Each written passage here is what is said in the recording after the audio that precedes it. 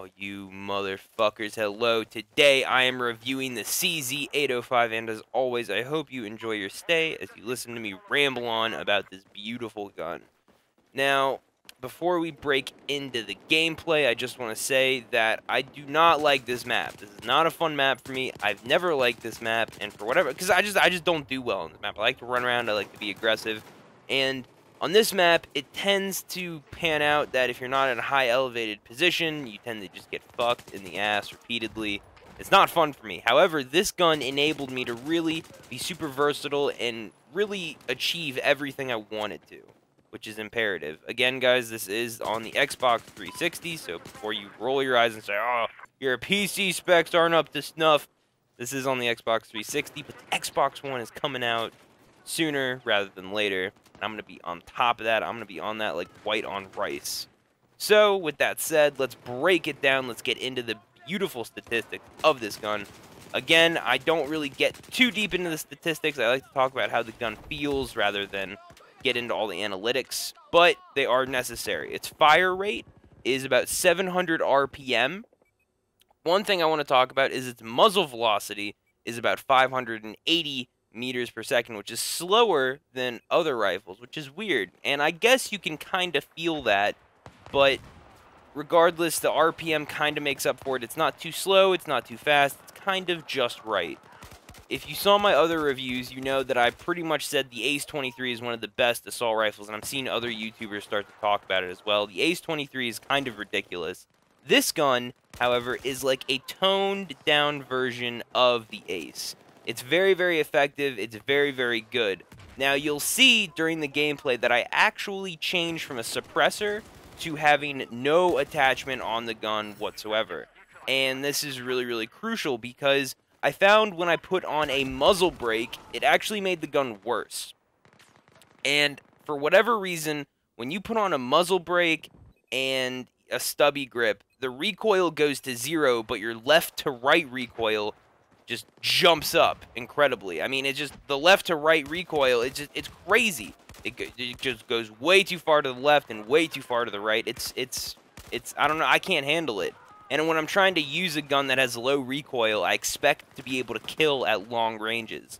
So I just said, fuck it. I'm not going to use this, these attachments if I'm not going to be able to kill people long range. So I took off the muzzle brake and I just said, whatever. I took it off, and I actually found it to be super, super effective.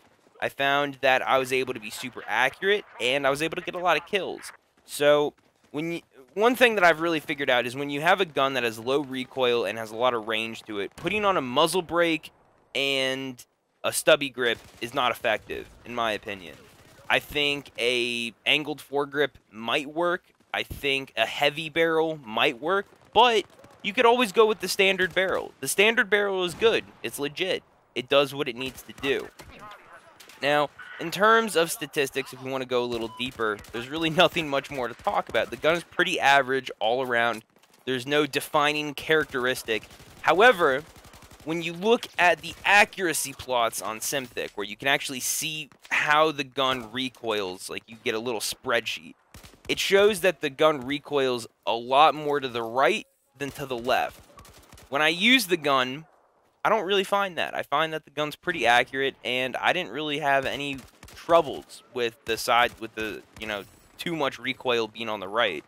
In fact, I found it to be the opposite. I found it just to be a straight shooter, just went dead on, right in the fucking dude's face, and it was awesome.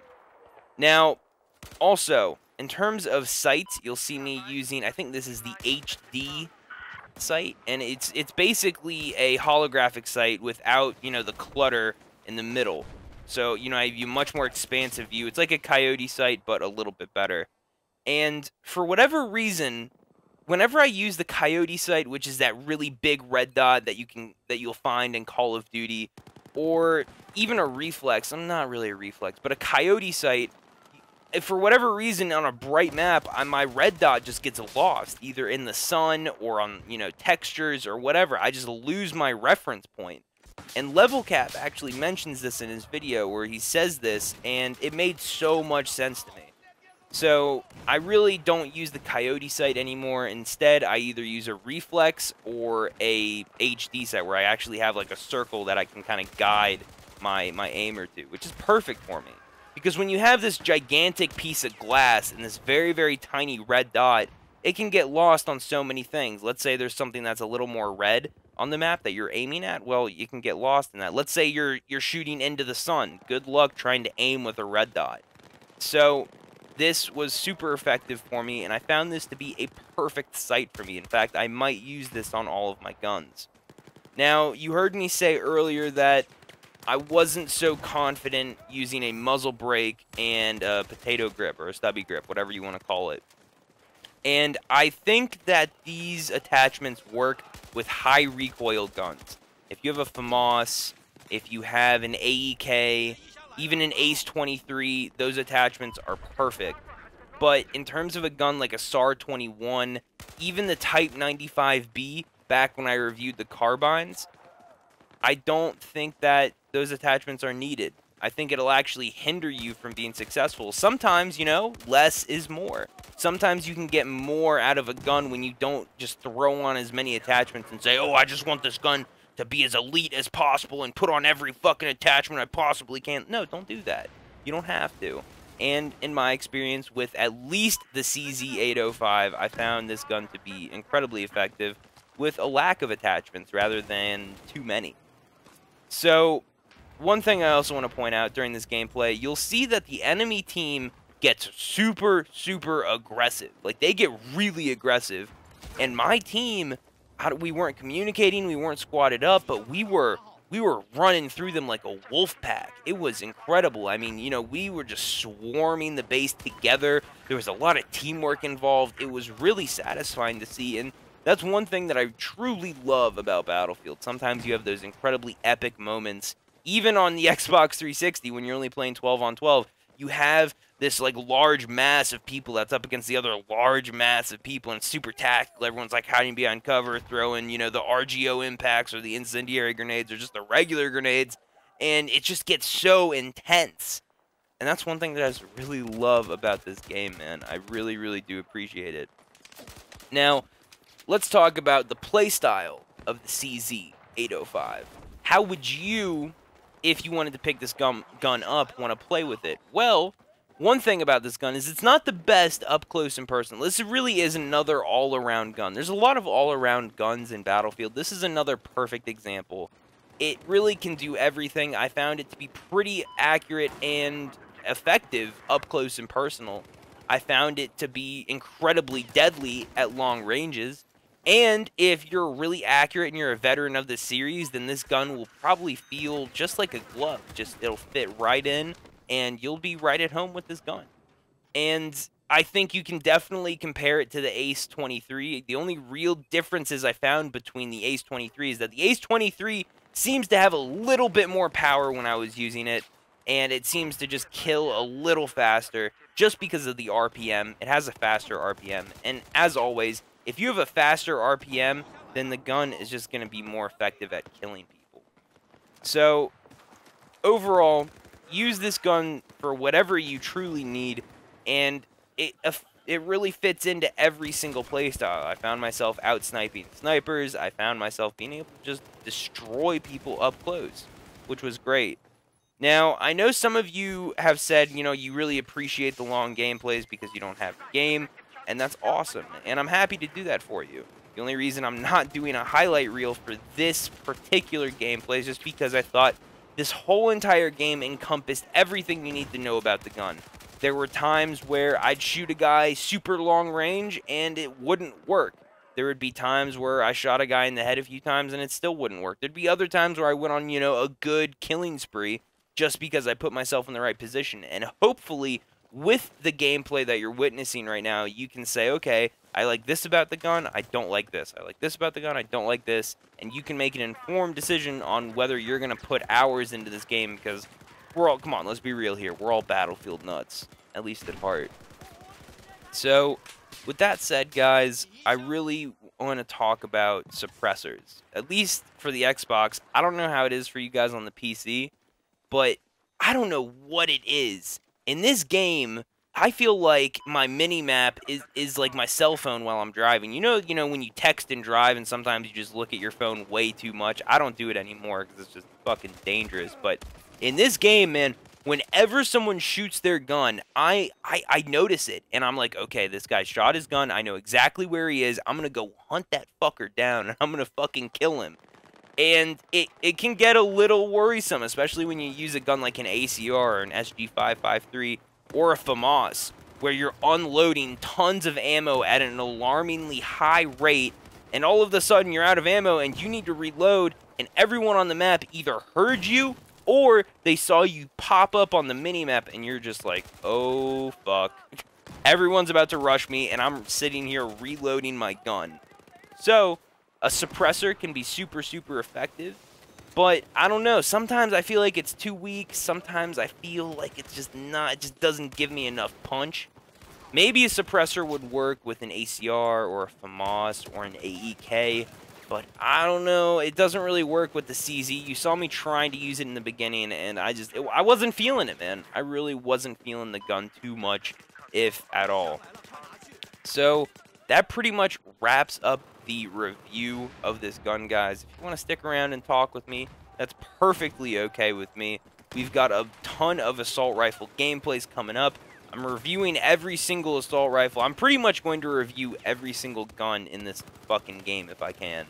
And I'm going to break down all of the assault rifles, and then I think I'm going to go to shotguns and then sniper rifles and DMRs and all of those crazy guns. I'm really looking forward to it. And on top of that, if you want to see these gun reviews, please like, please subscribe, comment. Commenting is probably the best way because I read all the comments. Liking and subscribing is cool and I appreciate it, but that's completely up to you. So also, if you want to see something in particular, be sure to comment, because I don't really review guns in order. I review them however the fuck I want to review them. I don't think it's that important to review an M416 right now because everyone uses it and everyone talks about it, so I don't really feel I need to talk about it. You can find that information somewhere else. I'd rather review a gun that's maybe not as known or that people aren't talking about, just because it gives you guys more information, and I'm not trying to be like everybody else. You know what I'm saying? Anyway, I'm ready to go. I'm so fucking tired right now, guys. I'm not gonna lie. I'm really goddamn tired. I'm trying to get the Xbox One. In order to get the Xbox One, I gotta put in a lot of work. Like, I had to steam clean my whole house today. And, oh my gosh, that was ridiculous. I'm living with my parents right now. I'm 21.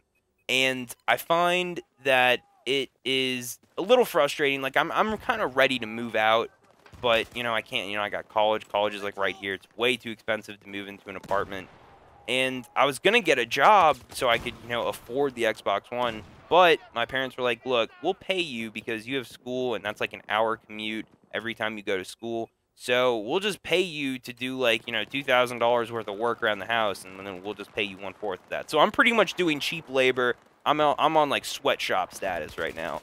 I'm doing what I have to do. I just steam cleaned the whole fucking house, and there's a lot of carpets. We've got a lot of carpets.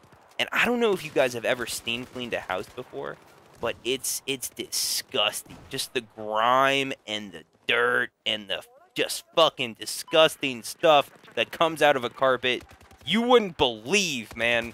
And I know this is probably completely irrelevant, and you're probably sitting there like, this fucking guy is talking about steam cleaning carpets in a Battlefield gameplay. What the fuck am I watching? Well, you know what? You're listening to me talk about steam cleaning carpets, motherfucker. That's what you're listening to.